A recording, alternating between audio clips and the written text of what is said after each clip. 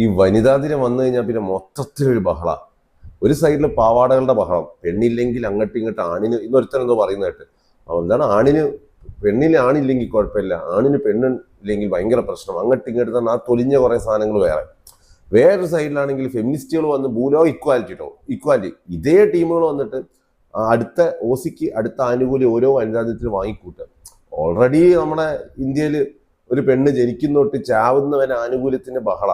അത് ഇനി സാമൂഹികമായാലും നിയമപരമായിട്ടാണെങ്കിലും ഇനി സ്കൂളിലാണെങ്കിലും ഇനി ഒരു കോളേജിൽ പോവുകയാണെങ്കിലും ഇനി ഈ പറയുന്ന ഒരു ജോലിക്ക് പോവുകയാണെങ്കിൽ അവിടെയും മെച്ചം, ഈ പറഞ്ഞ ഇനി ഒരു അഡ്മിഷന്, പിന്നെ ഈ പറയുന്ന ടാക്സ്, ഇനി ഒരു ലോൺ എടുത്തു കഴിഞ്ഞാൽ ഇനി അതിന് പുറമെ ഇനി ചത്ത് കഴിഞ്ഞാൽ പോലും സ്ത്രീകൾക്കാണ് മുൻഗണന. ഇനി ഒരു യുദ്ധം വന്നു കഴിഞ്ഞാൽ ആണുങ്ങൾ പോകണം, പെണ്ണുങ്ങൾ പോകണം. മൊത്തത്തിൽ ഇങ്ങനെ ചാവുന്നവരെ ആനുകൂല്യം ആസ്വദിക്കുന്ന ഒരു വിഭാഗം. അതും പോരാഞ്ഞിട്ടാണ് ഓരോ വനിതാ ദിനത്തിലും പിന്നെയും പിന്നെയും ഈ പറഞ്ഞ ആനുകൂല്യം വാങ്ങിക്കൂട്ടുന്നത്.